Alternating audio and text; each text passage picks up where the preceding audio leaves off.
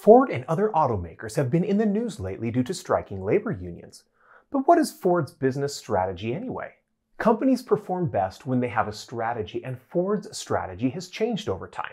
Ask yourself, why do people buy Ford? Are they looking for a low price or for high quality? Customers' reasons for buying can tell you a lot about a business strategy.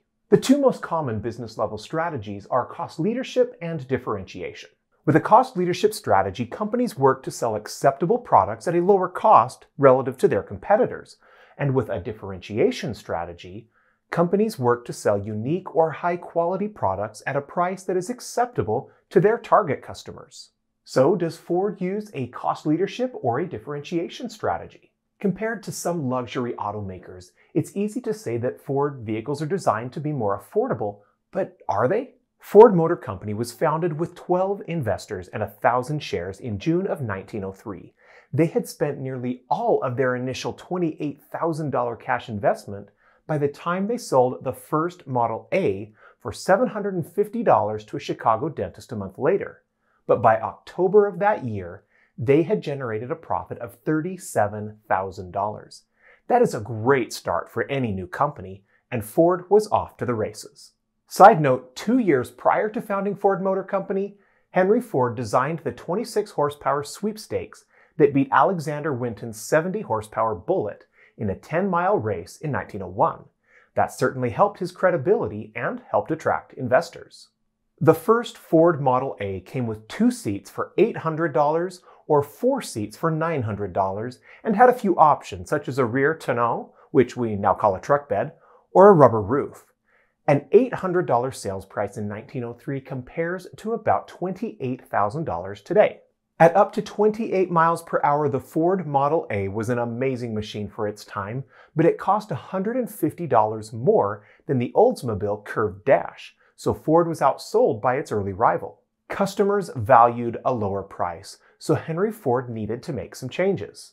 To reduce vehicle prices, Henry Ford needed a more efficient process, and his solution was the moving assembly line.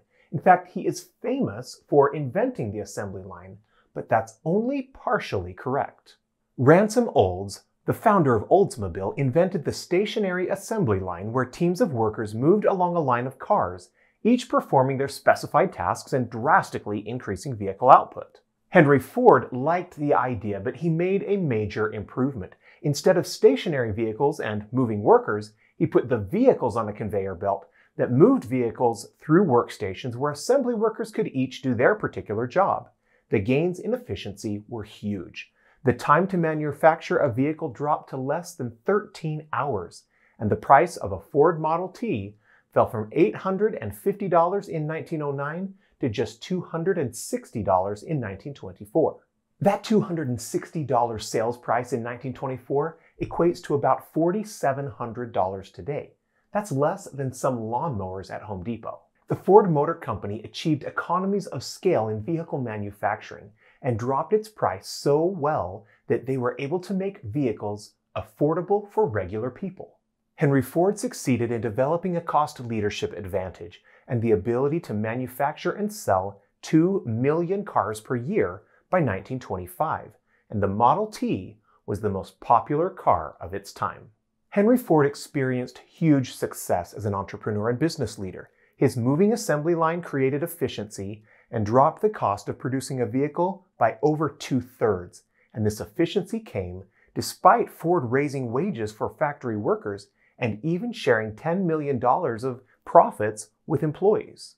Ford beat the market not because they made the most luxurious vehicle on the market, but because they achieved economies of scale and made the most affordable vehicle available for its time. Ford succeeded with a cost leadership strategy, but that strategy has since changed.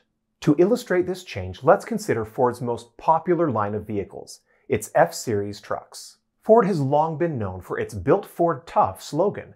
No surprise considering that Ford's top-selling product is a truck. No one buys trucks because of how cheap they are. They buy them to do stuff. Pull a trailer, haul a load, do work, play hard.